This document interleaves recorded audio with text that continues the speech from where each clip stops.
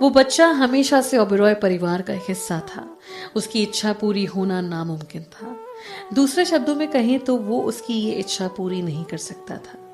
आदित्य ने उसे साफ मना करते हुए कहा, चाहे कुछ भी हो, मैं तुम्हें आरव नहीं दे सकता। तभी तान्या बोली, कुछ भी नहीं हो सकता?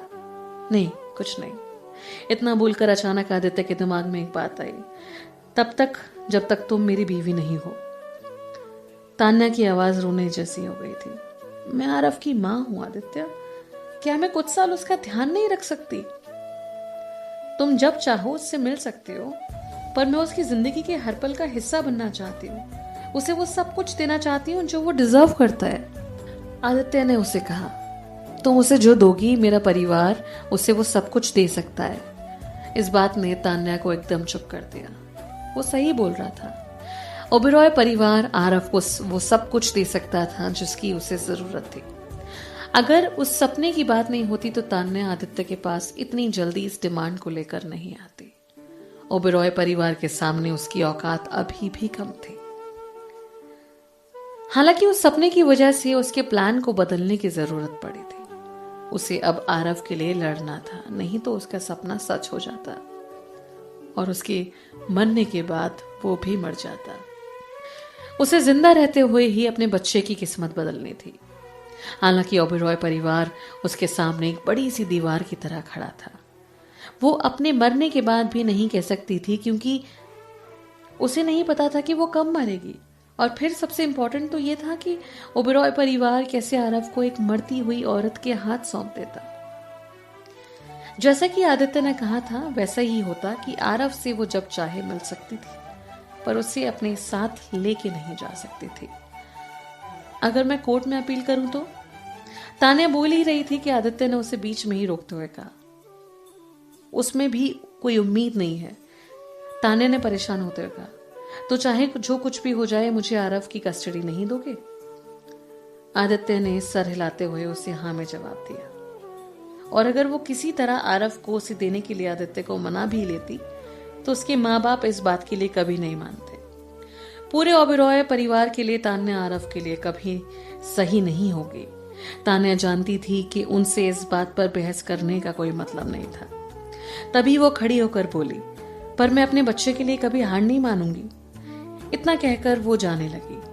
आदित्य वहीं बैठा उसे पीछे से घूरे जा रहा था। तान्या कैफे से निकलकर सीधे घर चली गई। जैसा कि अब आशीष, आरती और बबीता को वो ठिकाने लगा चुके थे, तो प्रखर के पास और कोई काम नहीं होता था। उसका पूरा दिन टीवी देखने और गेम खेलने में ही निकलता था। तान्या के घर पहुंचने पर भी वो गेम ही खेल रहा था और उसके चारों तरफ चिप्स के पैकेट्स और कोल्ड ड्रिंक्स की बोतल रखी थी। तान्या को अंदर आता देख वो अपनी जगह से उठा और उसकी तरफ भागता हुआ आया। दीदी, मेरे पास आपको बताने के लिए एक बहुत अच्छी खबर है। मुझे पूरा यकीन है कि आप ये बात सुनकर बहुत खुश हो जाओगी। प्रखर की बात सुनकर वो ज्यादा खुश नहीं हुई। उसने डायरेक्टली उससे पूछा, क्या अच्छी खबर? प्रखर ने बहुत खुश होते हुए उसे बताया, अभी पुलिस का फोन आया था। अब पूरी जायदाद आपकी हो चुकी है। उसमें 100 करोड़ रुपए कैश और करोड़ रुपए की प्रॉपर्टी है। वो सब कुछ आपका है। दीदी, अब तो आप करोड़पति हो गई। आहूजा परिवार की पहले की प्रॉपर्टी इतनी ज्यादा नहीं थी, पर बबीता के चालाक दिमाग से उनका बिजनेस बहुत आगे बढ़ चुका था। वो इतने सालों में आहूजा बिजनेस को बहुत आगे तक ले रही थी। अब वो सब कुछ तान्या का हो चुका था। प्रखर को लगा था कि इस बात को सुनकर तान्या बहुत खुश हो जाएगी कि उसके बैंक अकाउंट में जल्दी ही 100 करोड़ रुपए आने वाले हैं, पर उसका चेहरा अभी भी उतरा हुआ था। अच्छा, ऐसा? क्या उन्होंने बताया कि पैसे कब तक ट्रांसफर होंगे? तान्या उससे ये सब ऐसे पूछ रही थी जैसे मौसम का हाल पूछ रही हो। तभी प्रखर ने उससे पूछा, दीदी, ऐसे कैसे हो सकता है कि इतनी बड़ी बात सुनकर आप खुश नहीं होगे? आपको सारे पैसे आपके वापस मिलने वाले हैं, क्योंकि ये हमारे प्लान का पार्ट था। इसमें खुश होने वाली क्या बात है? पर इतने पैसे मिलने के बाद आपको लाइफ में पैसों से रिलेटेड कोई प्रॉब्लम नहीं होगी। तभी तान्या के मन की बात उसके मुंह पर आ गई। पर इतना पैसा भी ओबेरॉय परिवार के पैसों के सामने किसी चिल्लर की तरह है। प्रखर का दिमाग खराब हो रहा था। अचानक ये कंपैरिजन क्यों? अभी उनके साथ कंपेयर करने की कोई जरूरत नहीं थी। अगर कोई कंपैरिजन है ही नहीं तो हम उनके साथ कंपेयर कैसे कर सकते हैं? अगर आशीष की तरह उनका ओपोनेंट उनसे ज्यादा पावरफुल नहीं होता तो भी तान्या किसी तरह उनसे डील कर सकती थी। इसीलिए कुछ ना होते हुए भी उसने गुप्ता कॉरपोरेशन के खिलाफ खड़े होने की हिम्मत की। और अब जब उसके पास इतना कुछ था तो भी वो ओबेरॉय एम्पायर से मुकाबला नहीं कर सकती थी। आदित्य ओबेरॉय आशीष गुप्ता नहीं था, उससे डील करना बहुत मुश्किल होता। और फिर ओबेरॉय एम्पायर की जायदाद उसके मुकाबले बहुत ही ज्यादा थी। उसकी 100 करोड़ की प्रॉपर्टी ओबेरॉय एम्पायर के हजारों करोड़ की प्रॉपर्टी से कैसे मुकाबला कर सकती थी? वो उसे अपनी एक उंगली से ही खत्म कर सकते थे। इसीलिए वो आदित्य के साथ वैसे डील नहीं कर सकती थी जैसे उसने आशीष के साथ किया था। तान्या ने फिर उससे पूछा, तुमने अभी तक मेरे सवाल का जवाब नहीं दिया, वो कब ट्रांसफर करेंगे? ओ हाँ, पुलिस वाले ने कहा था आप जब चाहें तब पैसा ट्रांसफर करवा सकते हैं, क्योंकि अब ये कानून आपका है। तान्या फिर से मुड़कर बाहर की तरफ जाने लगी। तभी प्रकरण ने उससे पीछे से आवाज देते हुए कहा, दीदी आप कहां जा रहे हो? आप अभी तो आए थे ना पैसे ट्रांसफर करवाने। प्रखर उसके पीछे चिल्लाता हुआ गया, दीदी मुझे भी आपके साथ ले चलो, पैसे ट्रांसफर करवाने से ज्यादा अच्छी खुशी और कोई हो नहीं सकती। पैसे ट्रांसफर करवाने के बाद तान्या सबसे पहले घर खरीदने गई। उसने ओबेरॉय परिवार के घर से थोड़ी ही दूर पर एक बहुत बड़ा विला खरीदा जिसमें एक बहुत सुंदर गार्डन भी था। उसने फैसला किया कि वो बिजनेस के मामलों से खुद को दूर कर लेगी और पूरी कंपनी सारांश और प्रखर के हवाले कर देगी। वो सिर्फ सॉफ्टवेयर बनाने का काम करेगी और अपना बाकी का ध्यान सिर्फ आरव की कस्टडी पाने में लगाएगी। घर खरीदना और उसे तैयार करवाना लगभग एक दिन में पूरा हो गया था। प्रखर बहुत कंफ्यूज हो रहा था। दीदी आपने ये घर क्यों खरीदा? ये आदित्य के घर के इतना पास है। वो कॉलोनी शहर की सबसे बड़ी कॉलोनी थी और वहां शहर के सबसे बड़े बड़े घर थे। उसमें सबसे बड़ा घर ओबेरॉय परिवार का था। उनके घर का गार्डन एक फुटबॉल ग्राउंड जितना बड़ा था और उनका पूरा घर बहुत सारे फुटबॉल ग्राउंड्स को मिलाकर बनता था। तभी तान्या ने उससे कहा, ये घर मेरे बेटे के घर के पास है। बात को समझते हुए प्रखर बोला, आप आरव से जल्दी जल्दी मिलना चाहते हो ना? हाँ। अब जब वो आरव को अपने पास नहीं ला सकती थी तो वो खुद आरव के पास चली गई थी। उसने कसम खाई थी कि वो मरने से पहले उसे इंडिपेंडेंट होने की कीमत सिखा कर जाएगी। जब तक वो घर से भागने की कोशिश नहीं करता वो सुरक्षित है। तान्या बिना टाइम वेस्ट करते हुए अपने नए घर में आ गई। उसने आहूजा हवेली सारांश और अदिति के हवाले कर दी। राजेश और प्रखर भी तान्या के साथ उस नए घर में आ गए। तान्या ने पहले भी उन्हें उनका खुद का घर खरीद कर देने की बात कही थी, पर उन दोनों ने मना कर दिया था क्योंकि वो उनके साथ ही रहना चाहते थे। तान्या ने भी उन्हें ज्यादा कहा नहीं क्योंकि उसके मरने के बाद वो घर उनका होना ही था। इसके अलावा उसने अपने चाचा और प्रखर को अपनी आधी जायदाद दे दी थी और कंपनी के 20% शेयर्स भी प्रखर के नाम कर दिए थे। इस तरह उसके मरने के बाद भी उन्हें पैसों की कोई चिंता नहीं करनी पड़ती।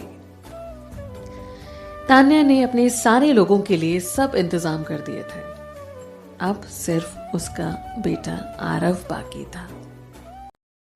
अपने बेटे आरव की जिंदगी में सब कुछ सेटल करने के बाद वो आराम से मर सकती थी। अपने नए घर में आते ही तान्या ने ओबेरॉय परिवार को ये इन्फॉर्म कर दिया था कि वो कल ही आरव से मिलने वहां आएगी। मिसेस ओबेरॉय ने जब नौकर से ये बात सुनी ना तो वो हैरान हो गई। तान्या मैडम कल आ रही हैं? अनु भी उसके साथ ही थी।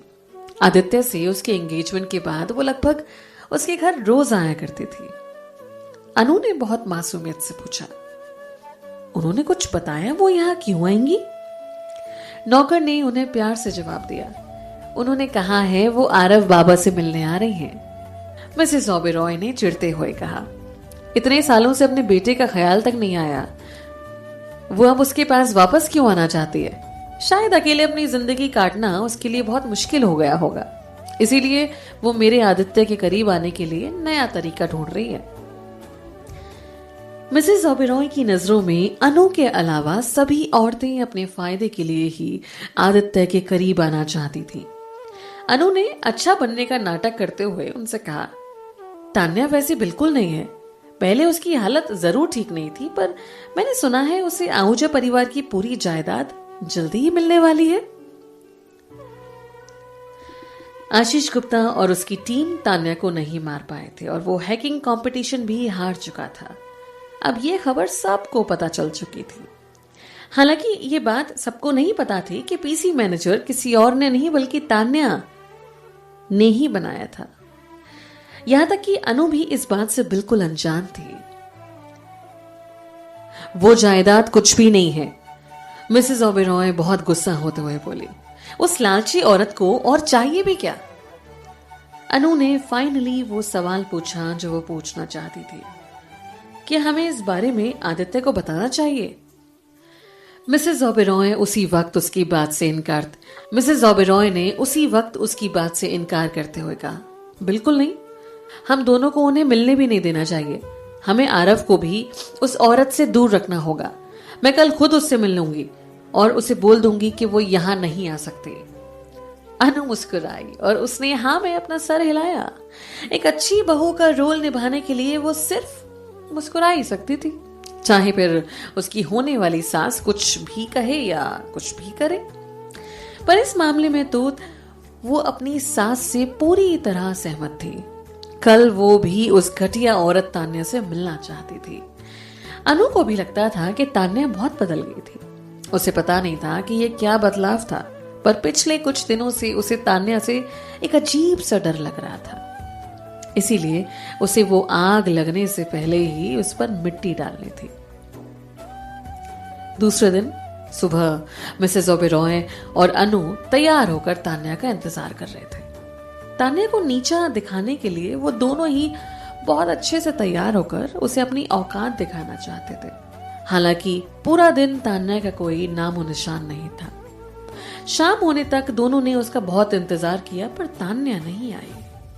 मिसेस ओबेरॉय भड़कते हुए बोली, क्या इस तान्या ने मुझे बेवकूफ समझ के रखा है? पूरे दिन से मैं इसके आने का इंतजार कर रही थी और ये आई ही नहीं। मिसेस ओबेरॉय ने अपनी पूरी जिंदगी बहुत शान से बिताई थी। ये पहली बार था कि वो किसी और का इंतजार कर रही थी, और वो भी थोड़ी देर के लिए नहीं, बल्कि पूरा दिन। वो उसे गोली से उड़ाने तक के लिए तैयार थी। अनु भी अंदर ही अंदर आग बबूला हो रही थी। वो तान्या को उसकी औकात दिखाने का इंतजार कर रही थी, पर उस घटिया औरत में वहां आने तक की हिम्मत नहीं हुई। तभी अनु उससे बोली, आंटी, मुझे लगता है कि वो यहां आने से डर गई। मिसेस ओबेरॉय हंसते हुए बोली, अगर ऐसा है ना तो अच्छा है। उस औरत को अपनी औकात तो पता ही है। ये घर कोई धर्मशाला थोड़ी ना है जहां वो जब चाहे आ सकती है। अनु उसे शांत करते हुए बोली, चलो अच्छा ही है अगर वो नहीं आई तो। आंटी, आपको उस पर गुस्सा भी नहीं करना पड़ा। चलो अब डिनर की कुछ तैयारी कर लेते हैं। मुझे लगता है आदित्य आते ही होंगे। क्योंकि वो अभी भी गुस्सा थी, इसलिए वो बोली, तुम ठीक कह रही हो, पर मेरा अभी डिनर बनाने का कोई मूड नहीं है। अनु ने भी अपनी सास को खुश करने का वो मौका भी नहीं छोड़ा। आदित्य भी उसके बाद जल्दी ही घर आ गया। आदित्य की कार उस एरिया में एंटर कर रही थी कि वहां खड़े प्रखर ने उसे देख लिया। प्रखर दौड़ता हुआ तान्या के पास आया और उससे बोला, दीदी, आदित्य की कार आ गई। तान्या उसी वक्त अपने बेडरूम से बाहर आई। उसे देखकर प्रखर दंग रह गया था। दीदी, आप सच में बहुत खूबसूरत लग रही हो। तान्या ने उसी दिन सुबह से अपना मेकओवर करने के लिए सैलून से कुछ लड़कियों को बुलवा लिया था और उनसे एक बहुत ही सुंदर हेयर कट भी लिया, जिससे उसके चेहरे पर एक अलग ही नूर आ गया था।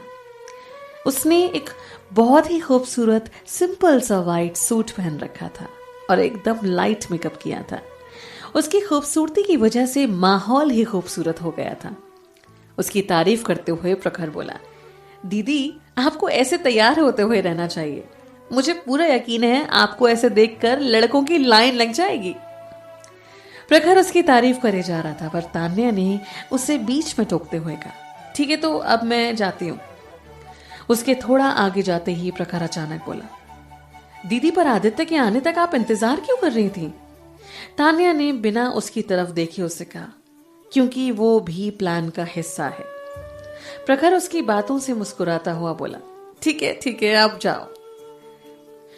हालांकि उसे कोई आइडिया नहीं था कि तान्या का प्लान क्या था, पर फिर भी वो उसके लिए बहुत खुश था, क्योंकि चाहे प्लान कुछ भी होता ना, उसमें कामयाब होनी ही थी। कोई उस रात उसकी बहन से जोरदार तमाचा खाने वाला था। उसे बस इंतजार था कि वो कौन होगा और ये कैसे होगा। तान्या की खरीदी हुई नई व्हाइट मर्सिडीज ओबेरॉय मैंशन के आगे जाकर रुकी। सिक्योरिटी गार्ड ने उसकी गाड़ी देखी और बहुत हैरान हो गया। उसे कोई आइडिया नहीं था कि कौन इतनी बड़ी और शानदार कार चला रहा होगा। उसे ये उम्मीद तो बिल्कुल नहीं थी कि वो कार चलाने वाली आरव बाबा की माँ होगी। तान्या अपनी व्हाइट हील्स में आगे आई और उसने बड़े स्टाइल से घर की डोरबेल बजाई। तभी एक नौकरानी उन्हें बताने आई, मैडम, तान्या मैडम आई हैं। मिसेस ओबेरॉय और अनु घर के नौकरों से टेबल पर खाना लगवा रही थी। जब उन्होंने ये खबर सुनी, एक बार के लिए मिसेस ओबेरॉय हैरान रह गई और उन्होंने पूछा, क्या तान्या आई है? हाँ मैडम, वो बाहर ही खड़ी हैं। अचानक मिसेस ओबेरॉय का गुस्सा बहुत बढ़ गया। मैंने सोचा था कि वो आज आएगी ही नहीं। उसे अंदर ले आओ, मैं उससे पूछना चाहती हूँ कि वो पंक्चुअलिटी का मतलब जानती भी है कि नहीं। अनु का दिमाग उसी वक्त ठनका। तान्या को अभी इसी वक्त क्यों आना था, जब आदित्य के घर आने का समय हो गया था? वो इस बारे में जितना सोच रही थी, उसे उतना ही गुस्सा आ रहा था। वो नौकरानी को रोकना चाहती थी, पर वो उसे लाने के लिए ऑलरेडी जा चुकी थी। आंटी, तान्या रात में क्यों आई? सुबह या दोपहर में क्यों नहीं आई? अनु मिसेस ओबेरॉय को यह समझाना चाहती थी कि वह इस बात को समझाने की हालत में नहीं थी। किसे पता कि उसके दिमाग में क्या चल रहा है। चाहे कुछ भी हो जाए, हम खुद उससे पूछेंगे। इतना बोलकर मिसेस ओबेरॉय जल्दी से ड्राइंग रूम की तरफ गई और तान्या भी उसी वक्त अंदर आ गई। अनु, जो मिसेस ओबेरॉय के पीछे पीछे आ रही थी, तान्या को वहां देखकर जैसे उसका दिल बाहर आ गया था। तान्या बहुत कैजुअली तैयार हुई थी, पर वो बहुत ही ज्यादा खूबसूरत लग रही थी। उसके कंपैरिजन में उसकी ड्रेस बहुत ही ज्यादा चमकीली और आउट ऑफ फैशन लग रही थी। तान्या को दिखाने के लिए उसने जानबूझकर उस दिन बहुत महंगी डिजाइनर ड्रेस पहनी थी। वो ड्रेस पूरे 1 लाख रुपए की थी। हालांकि अनु का बॉडी शेप इतना अच्छा नहीं था, वो ड्रेस उस पर बिल्कुल नहीं जच रहा था। वहीं तान्या का सूट ज्यादा महंगा नहीं था, पर उसमें वो बहुत ही खूबसूरत लग रही थी। ऐसा लग रहा था जैसे वो सूट तान्या के लिए ही बना था। वो उसके शरीर और उसकी पर्सनालिटी को बहुत सूट कर रहा था। अपने कपड़ों की कीमत दिखाने से ज्यादा तान्या अपने एटीट्यूड से दूसरों को अपनी तरफ खींचती थी।